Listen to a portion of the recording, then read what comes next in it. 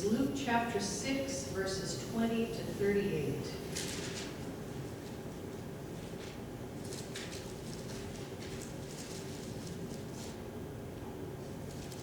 Page 64 in the New Testament.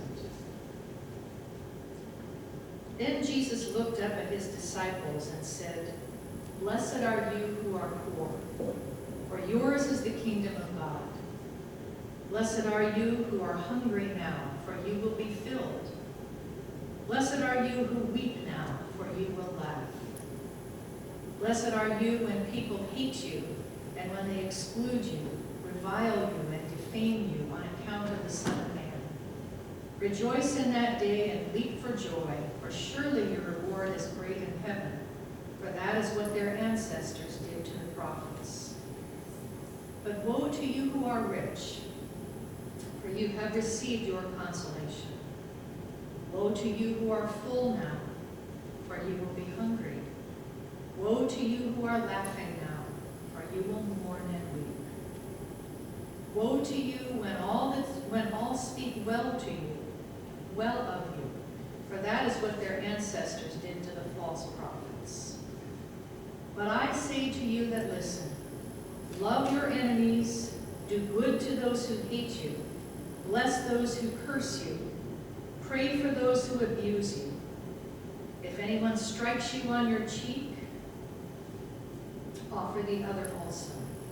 And from anyone who takes away your coat, do not withhold even your shirt. Give to everyone who begs from you, and if anyone takes away your goods, do not ask for them again. Do to others as you would have them do to you. If you love those who love you, what credit is that to you? For even sinners love those who love them. If you do good to those who do good to you, what credit is that to you? For even sinners do the same. If you lend to those from whom you hope to receive, what credit is that to you? Even sinners lend to sinners to receive as much again. But love your enemies, do good, and lend, expecting nothing in return. Your reward will be great, and you will be children of the Most High, for he is kind to the ungrateful and the wicked. Be merciful, just as your Father is merciful.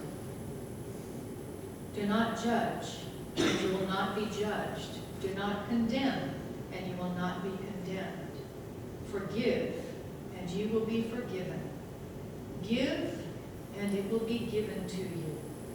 A good measure, pressed down, shaken together, running over, will be put into your lap. For the measure you give will be the measure you give back. Here ends the gospel lesson.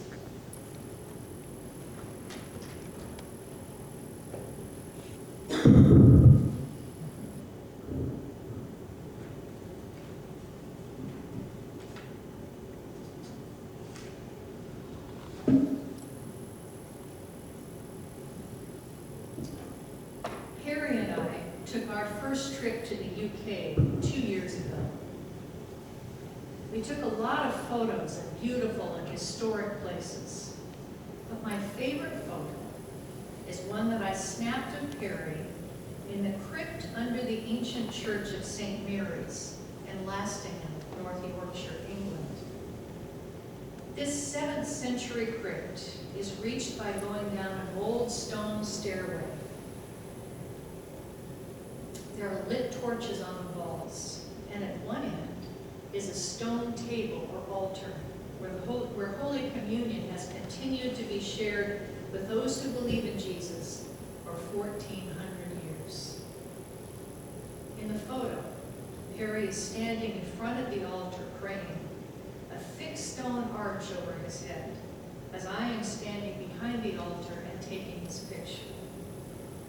St. Ked, a Celtic monk who became abbot of Lastingham and died in 664 of the plague, is buried somewhere in that crypt. I have to confess, I've never had a more immediate sense of the historic line of the communion of saints than when we were there, and the photo brings it all back. If you're interested, I'll show it to you later. It's All Saints Sunday, as we observe it today in some Protestant churches. Some also know All Saints celebrations happening from October 31st to November 2nd as Dia de los Muertos, the Day of the Dead. St. Ked is among those saints that we remember today. But so is my Grandma Fern Engdahl, who gave love so selfishly throughout her life, and who was also frozen in time for me in a photo taken at my ordination over 30 years ago of her hugging me with a sweet smile and her eyes closed. She was so full of love for me in that moment and grateful to God, and the photo captures the expression on her face. She died over 1,300 years after St. Ked, but was and will always be one of God's saints. I know you also have saints of your own that you may remember today. Someone once said, to bless is to create space for gratitude and wonder. St. Ked blessed those with whom he came into contact, and Grandma Fern did too. And we are among those who are blessed today as we hear Luke's version of Jesus' Beatitudes. Blessed are you, blessed are you, he says. But after those blessings and some warnings that Jesus pronounces today, we also hear these words: give to everyone who begs from you, and if anyone takes away your goods, do not ask for them again. Do to others as you would have them do to you. If you love those who love you, what credit is that to you? Even sinners love those who love them. If you do good to those who do good to you, what credit is that to you? For even sinners do the same. If you lend to those from whom you hope to receive, what credit is that to you? Even sinners lend to sinners to receive as much again. But love your enemies, do good, and lend, expecting nothing in return. Your reward will be great, and you will be children of the Most High, for he is kind to the ungrateful and the wicked. Be merciful, just as your Father is merciful. If there's an overarching theme to today's extended All Saints Gospel, it is giving. Give love, even to enemies.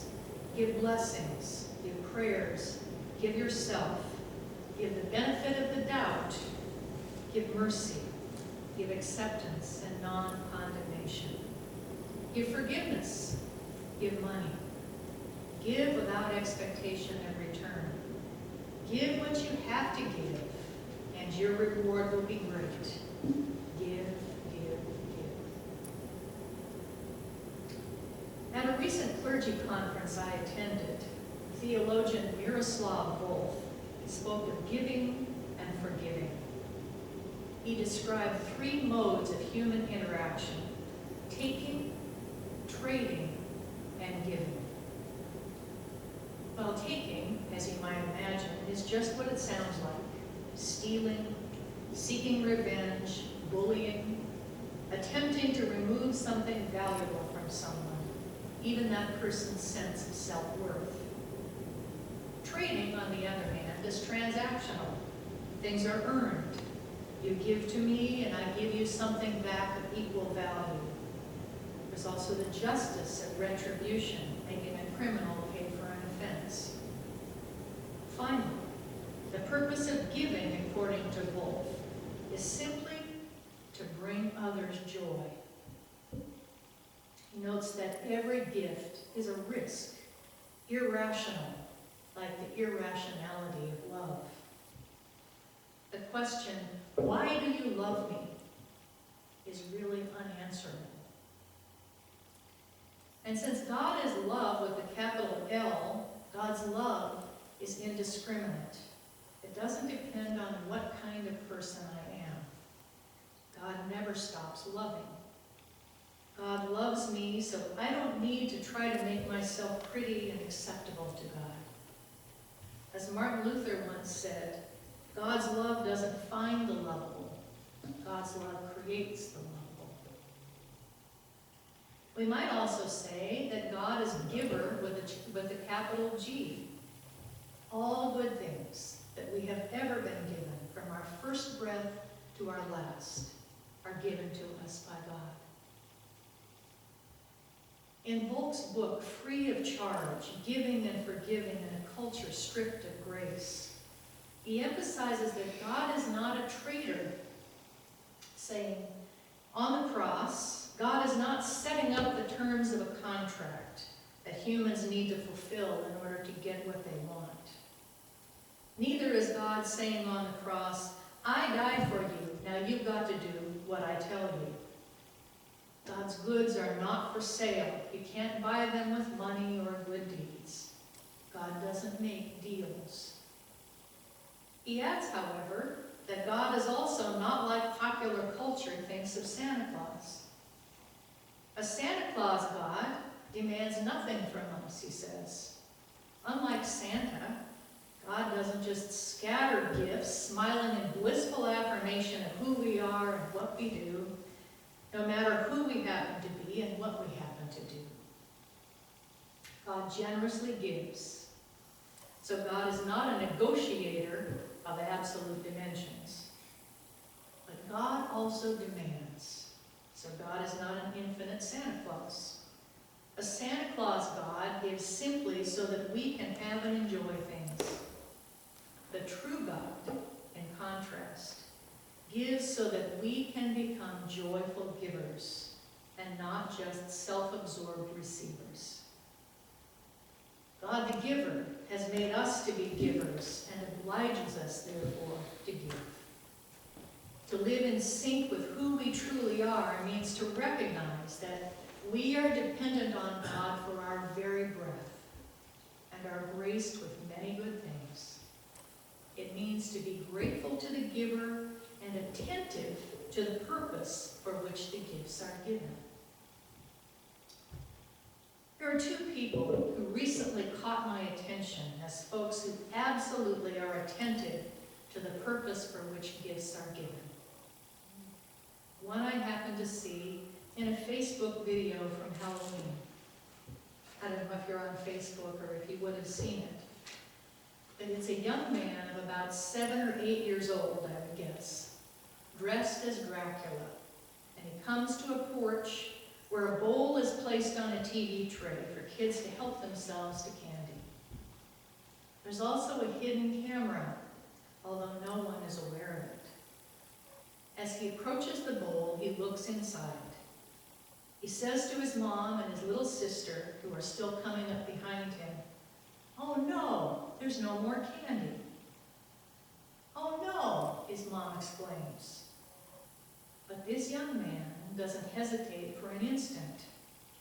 He puts his bag on the ground, fishes inside, then places 3 to 4 items from his own bag into the bowl. His mom says, "Aw, that was really nice, Jackson. Here come some other kids." He finishes up by saying, "There we go." He's fixed the problem. And he doesn't announce to the other kids what he's just done.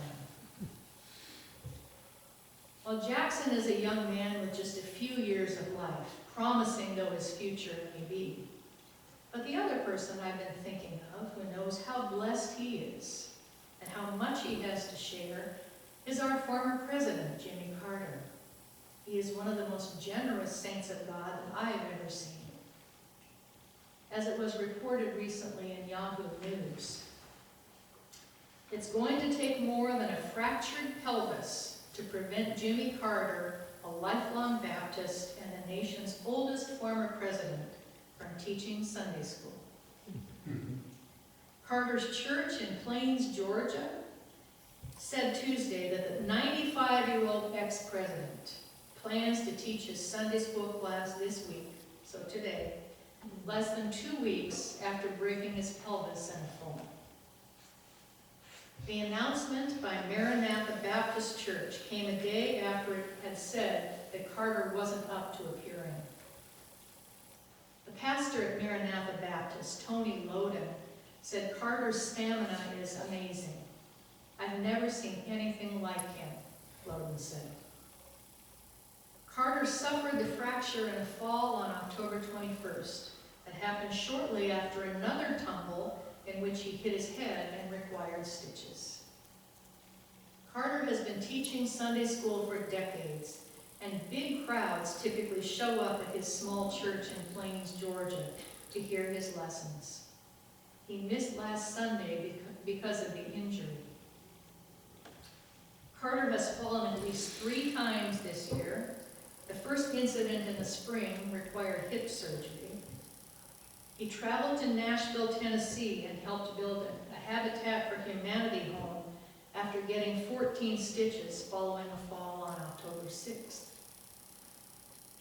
The 39th president received a dire cancer diagnosis in 2015, but survived and has since said that he is cancer-free.